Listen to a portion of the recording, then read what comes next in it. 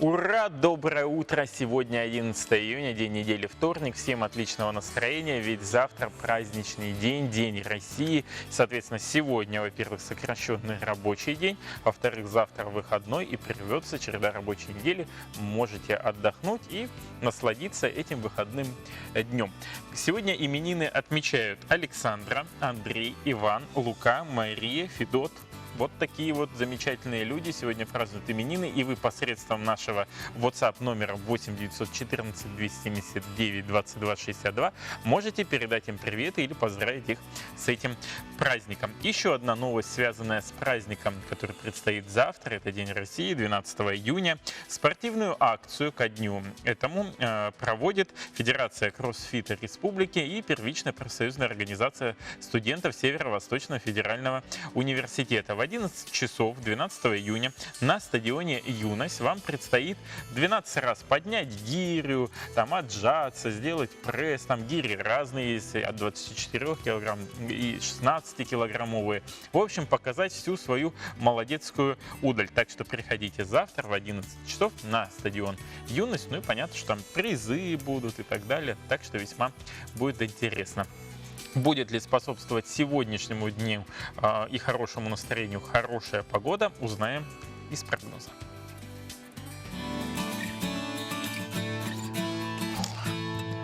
По данным Якутского управления по гидрометеорологии и мониторингу окружающей среды, в центральных Улусах плюс 12, плюс 15 было утром, днем 21, 24, в Заречье плюс 12, плюс 17, днем 20, 23. На юге республики плюс 10, плюс 12 было утром, плюс 20, плюс 22 днем. В Вилюйских Улусах плюс 14, плюс 17 днем, 18, 24. В Нижнеленских Улусах плюс 16, плюс 17 днем, 19, 23 выше 0. На западе плюс 12, плюс 15 днем, плюс 19, плюс 25. В Колымо-Дигирских Улусах плюс 10, плюс 21 утром, днем 14, 27. В Янских Улусах плюс 15, плюс 21, днем плюс 24, плюс 26. На северо-западе плюс 9, плюс 18 утром, днем плюс 8, плюс 21.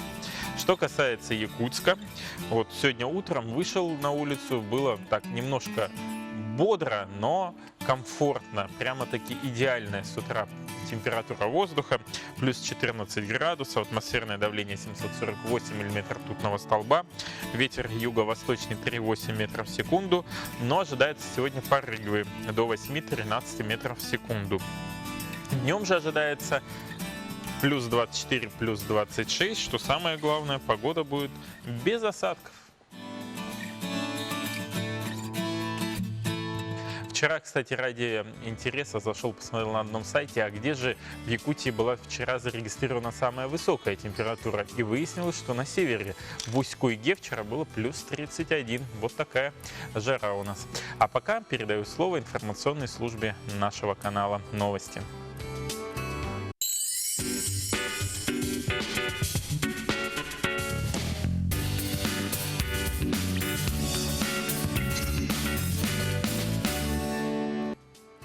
Сегодня 11 июня, день недели, вторник. И, кстати, 11 июня запомнилось в истории как день начала соляного бунта. Это случилось в Москве в 1648 году. Из курса истории мы знаем, что в 17 веке в стране царила неподъемная таможенная пошлина на ввоз соли. А в 1646 году прямые налоги, которые взимались непосредственно с человека, были заменены на косвенные и заложены в цену товара. Следствием такого решения стало очень резкое повышение цен, в том числе на соль. Подробности в нашем следующем сюжете. Дело в том, что в те далекие времена соль являлась единственным консервантом, веществом, которое позволяло хранить продукты достаточно долгий период и таким образом помогало пережить неурожаи. В результате в Москве поднялось восстание, получившее название «Соляного бунта», в котором приняли участие посадские люди, стрельцы, дворяне, прежде всего недовольные политикой боярина Бориса Морозова, главного советника царя Алексея Михайловича. Годом позже восстания произошли также в других российских городах, и волнения продолжались до февраля 1649 года. Царю пришлось пойти на уступки. Чрезмерные налоги были отменены. Также 11 июня известно тем, что в этот день был освящен Исаакиевский собор, который по праву можно считать ровесником Санкт-Петербурга. Его строительство задумал еще Петр I. В оформлении храма принимали участие выдающиеся живописцы и скульпторы Карл Брюлов, Федор Бруни, Петр Басин, Петр Клод и другие.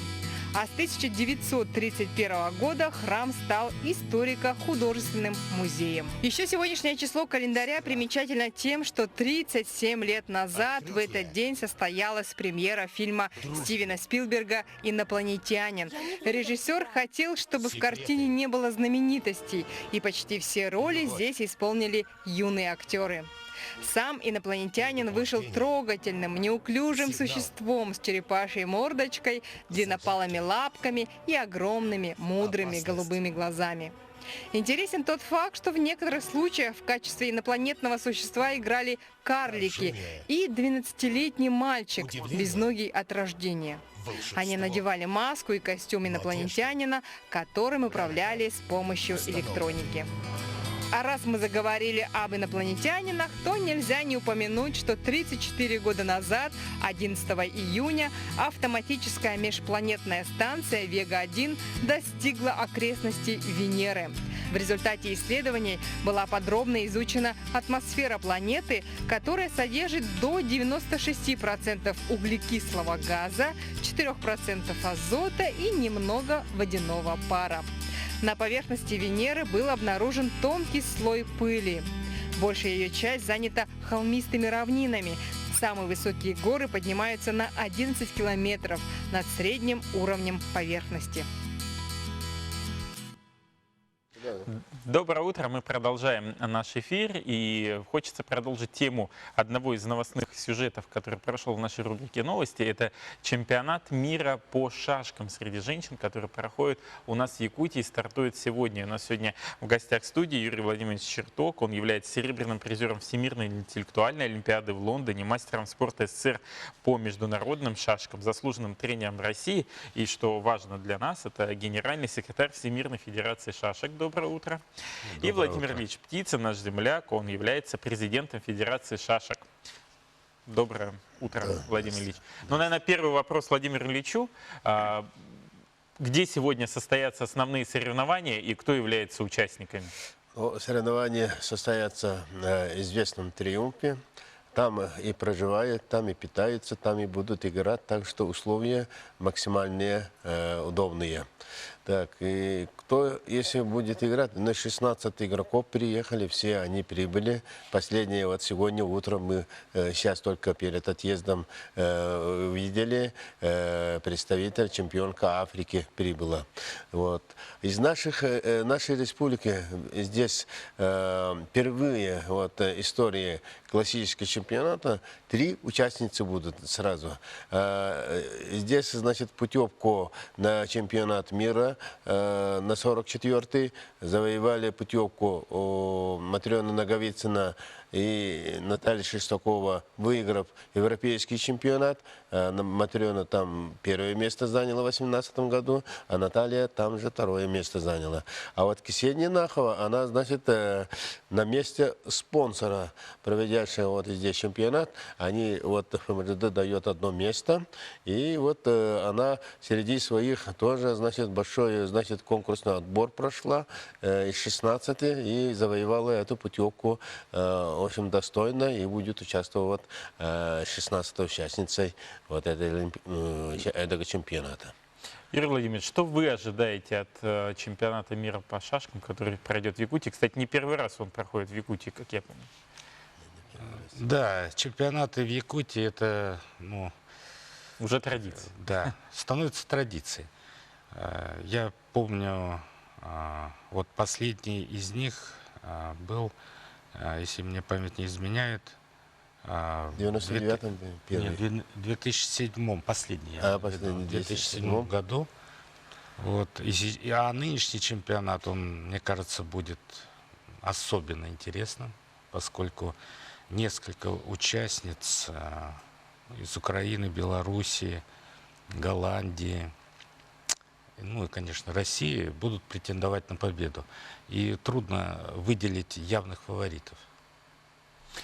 Вот вообще, как вы оцениваете шашечную школу Якутии? Вы наблюдаете наверняка за нашими спортсменами, особенно вот в этот раз их 3 будет участвовать. Шашечная школа Якутии, ей, ну, по праву, она заслуживает самых высоких похвал. Ну, такого еще не было, чтобы в чемпионате мира участвовало сразу 3 представителя от одной республики. Ну, это своеобразный рекорд, который, думаю, что превзойти невозможно. Дело в том, что количество игроков от одной страны ограничивается. А в данном случае вот, три участницы, ну, это невозможно превзойти. Мало того, что одна страна, так еще и один субъект этой страны. Именно. Как вы думаете, вот шашками с какого возраста можно начинать заниматься? Ну, есть некоторые дети уже с 3 лет уже могут разумно переставлять шашки. Вот. Не надо только путать играть в шашки или играть шашками. Вот. Два разных понятия.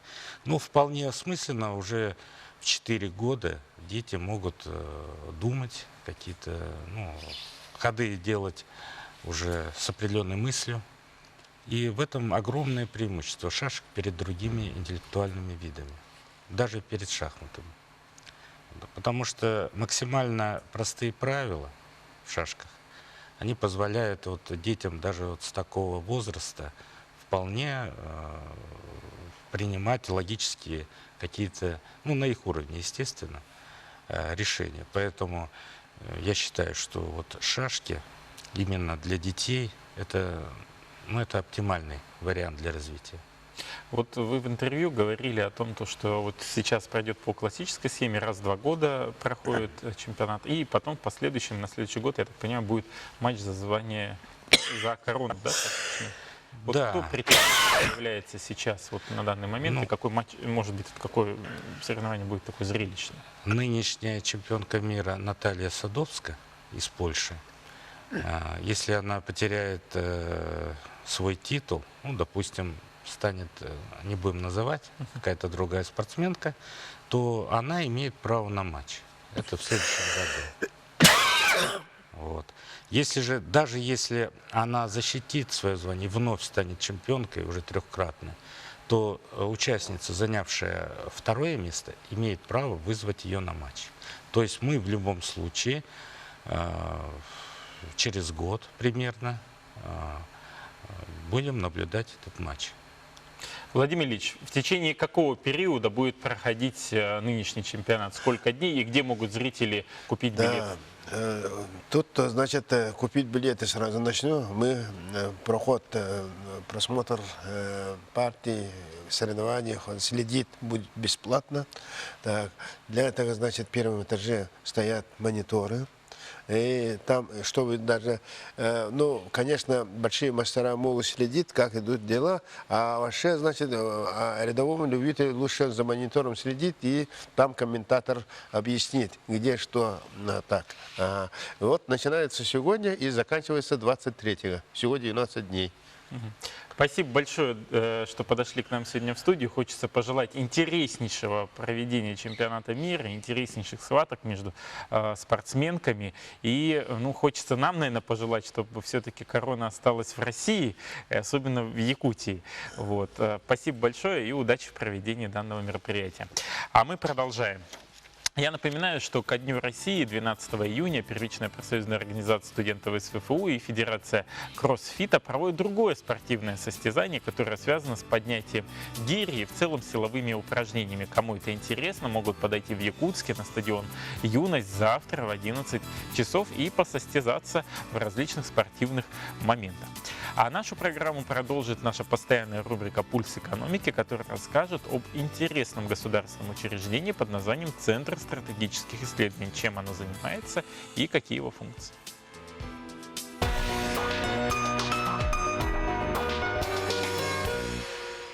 Доброе утро, я представляю Центр стратегических исследований. Наш центр начал свою деятельность с весны 2013 года.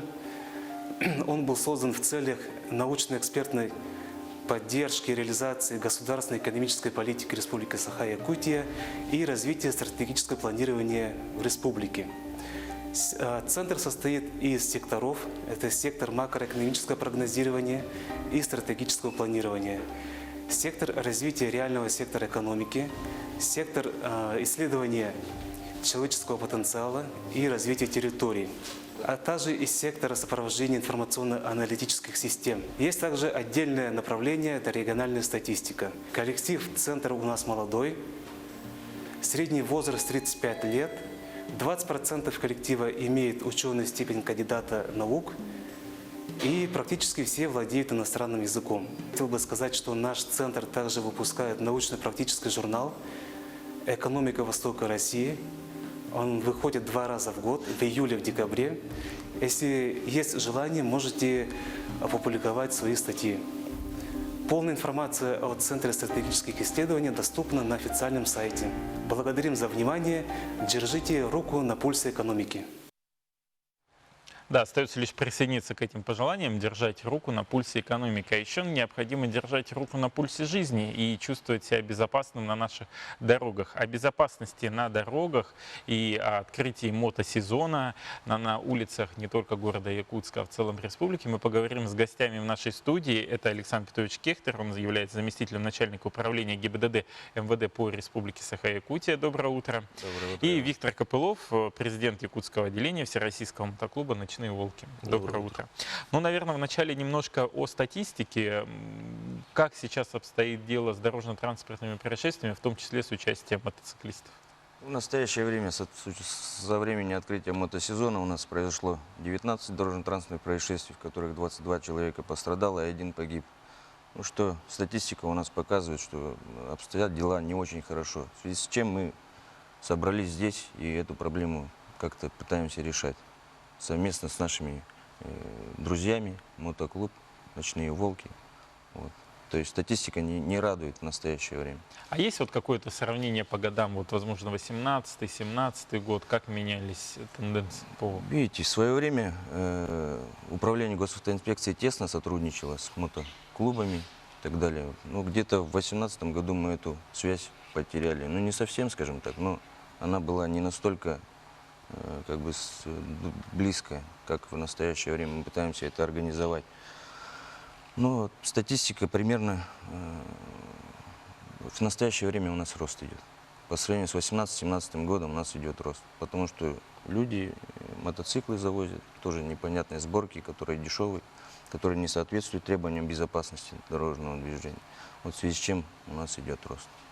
Вот буквально вчера я прочитал одну новость на сайте, что ГАИ Якутска бьет тревогу, в частности, по количеству ДТП с участием несовершеннолетних детей.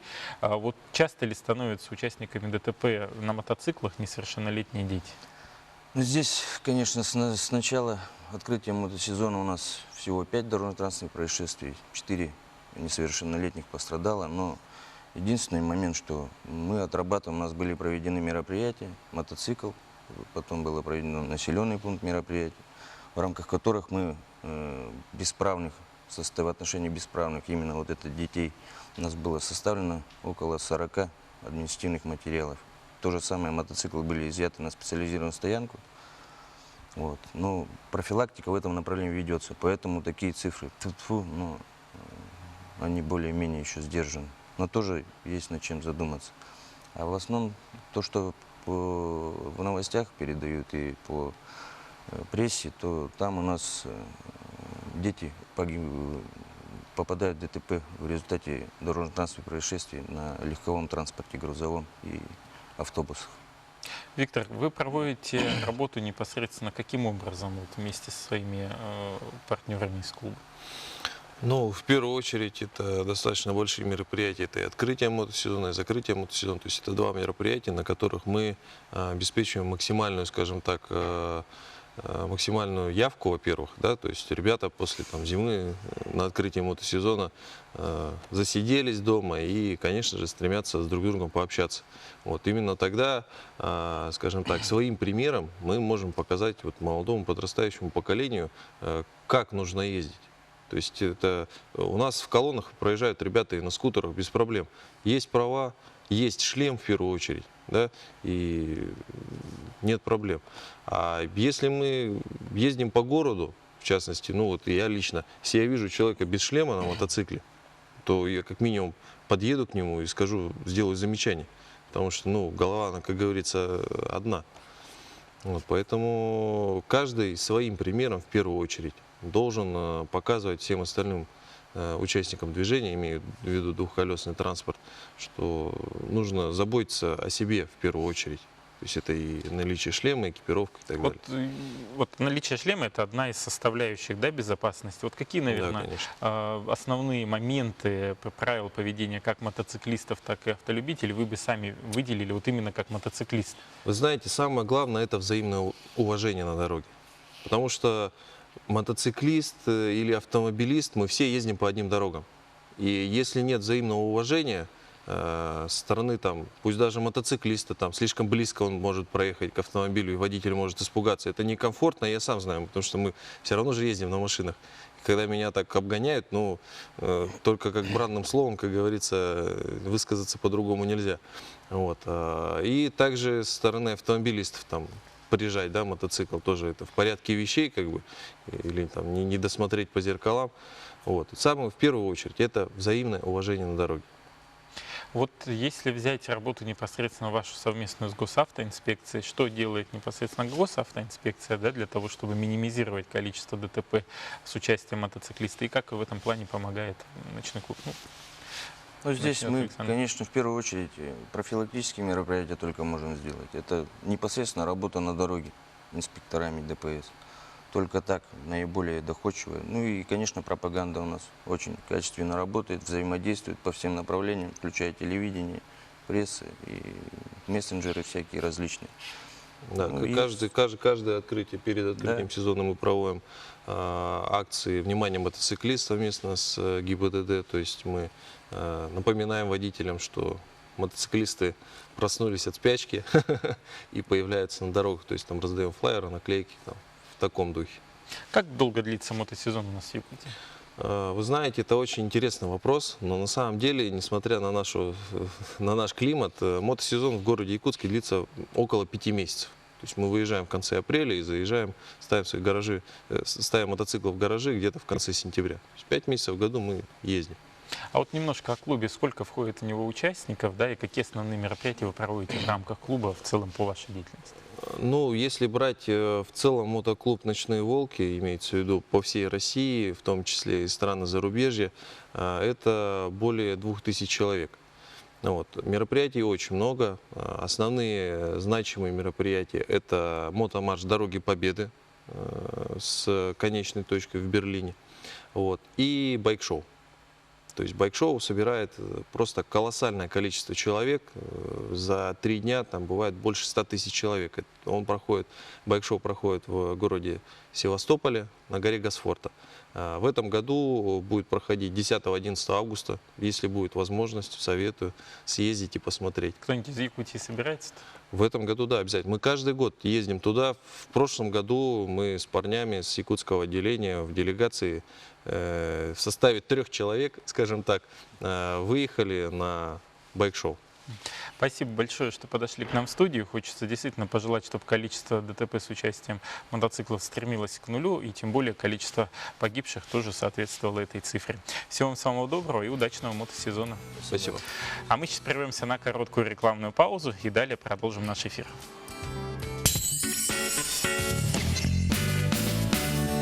А мы продолжаем наш эфир. Сегодня 11 июня, день недели, вторник. Впереди ждет выходной день, День России. Так что наша программа и телекомпания НВК «Саха» поздравляет вас с наступающим праздником и желает вам хорошего выходного дня, который предстоит завтра. Но сегодня надо немножко потрудиться, поработать с хорошим настроением. И этому, я думаю, будет способствовать погода. Какая? Прямо сейчас. Сегодня, по данным Якутского управления по гидрометеорологии и мониторингу окружающей среды, утром в центральных улусах было от плюс 12 до плюс 15, днем 21-24, в Заречье плюс 12, плюс 17, днем плюс 20, плюс 23, на юге плюс 10, плюс 12, днем плюс 20, плюс 22, Вилюйских улусах плюс 14, плюс 17, утром, днем 18-24. В Нижнеленских плюс 16, плюс 17, утром, днем 19-23. На западе плюс 12, плюс 15, днем 19-25. В Колымо-Дегирских улусах плюс 10, плюс 21, утром, днем 14-27. В Янских плюс 15, плюс 21, днем 24-26. На северо-западе плюс 9, плюс 18, утром, днем 8-21. В Якутске в 6 утра температура воздуха составила плюс 14 градусов, атмосферное давление 748 миллиметров ртутного столба, ветер юго-восточный 3,8 метров в секунду, порывы 8-13 метров в секунду. Днем ожидается плюс 24, плюс 26 градусов. В целом погода будет без осадков, поэтому отличное настроение, думаю, будет этому способствовать.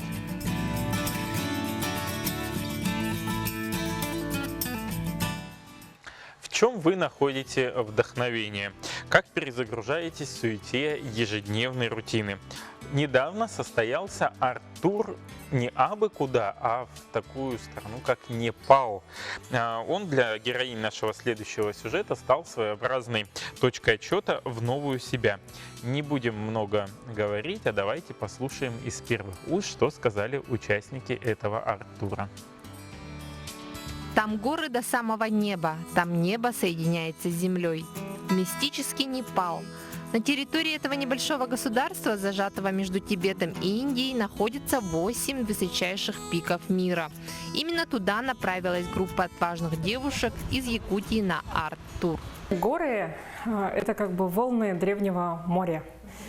И они вообще в целом символизируют вечность, символизируют жизнь, потому что жизнь похожа на трек от одной вершины к другой, за которой открывается третья. Наш трек — это была как раз такая задача — остановиться, переосмыслить себя, подумать о том, кто мы, где мы находимся, какое место у нас в этой жизни. Такое, можно сказать, обнуление, и в то же время в сочетании с живописью это вообще целая как бы медитация. Окрыленная живописью Мира Аргунова, сегодня студентка Арктического института культуры и искусств стала музой для девушек из совершенно других сфер.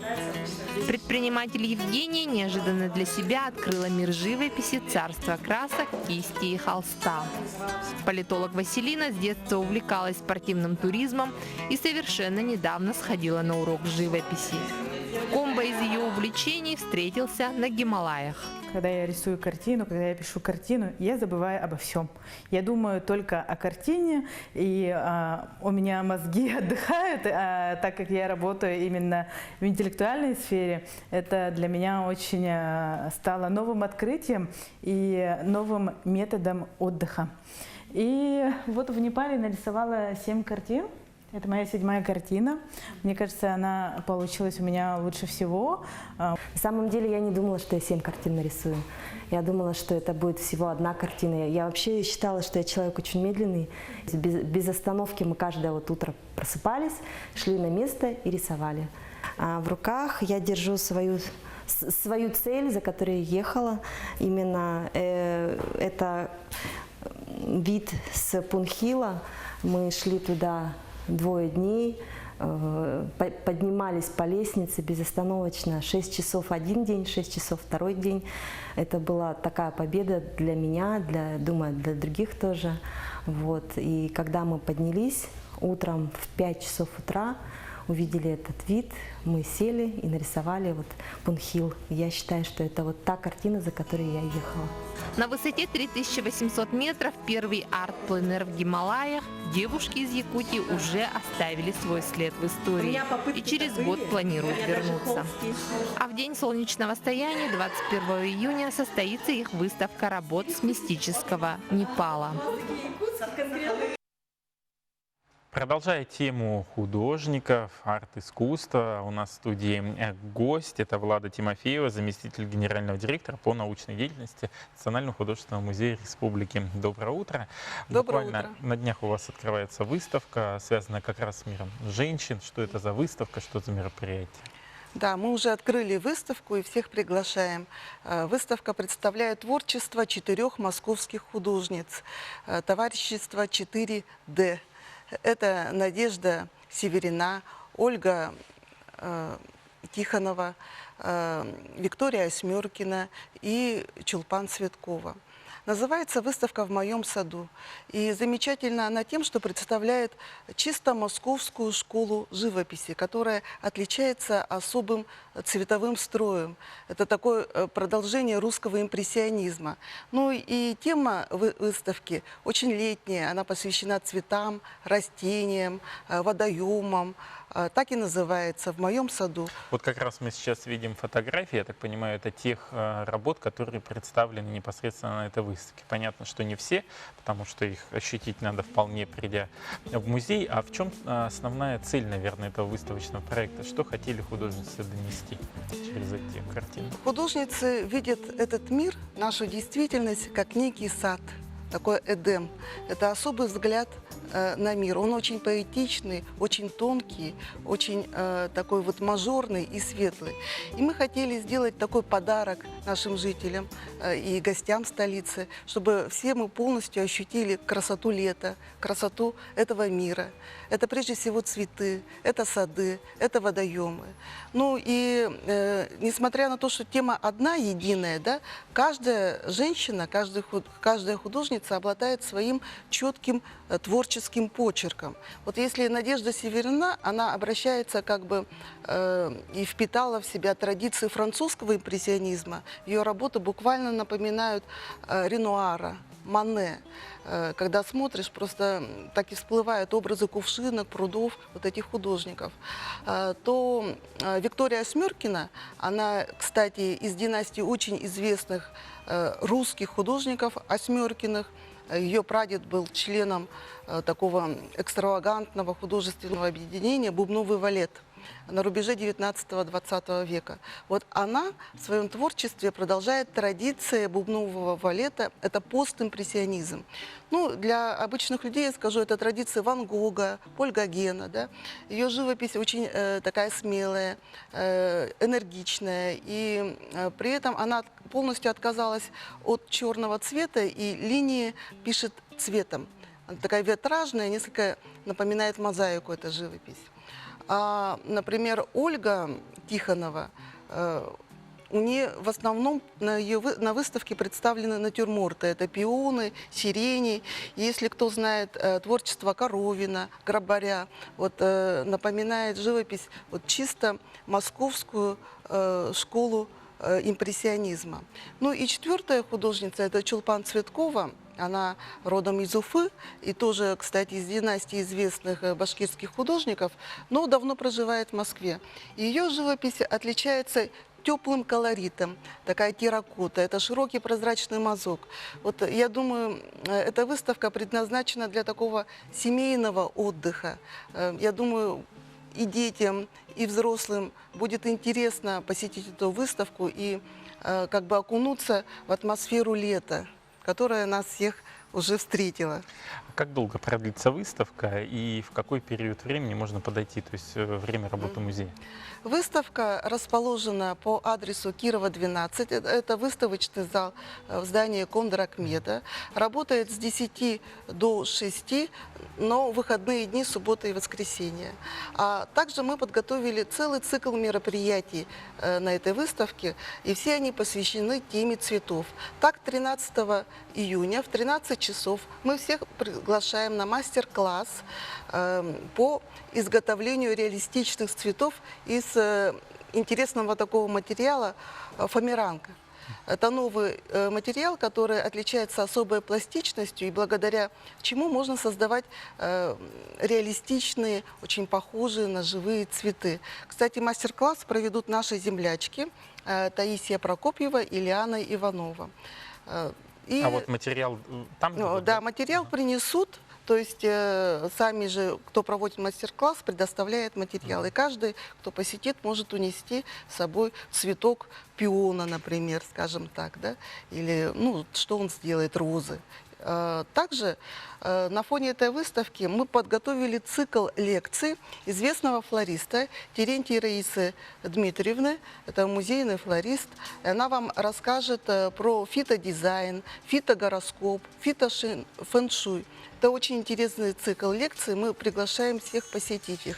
Кто интересуется темой цветов, скажем, комнатными растениями и так далее. А заранее как-то надо записываться? Все будет, да, надо будет заранее записываться, и на сайте музея мы выложим информацию. Но самым главным ключевым событием будет это творческая встреча с 4 московскими художницами, которая произойдет 24 июня. И зрители, посетители могут вживую пообщаться с авторами картин. Спасибо большое, Влад, что вы подошли к нам в студию. Очень интересная, насыщенная культурная программа ожидает жителей и гостей столицы республики. Хочется пожелать интересного времяпрепровождения каждому посетителю Национального художественного музея и новых интересных проектов. Спасибо большое.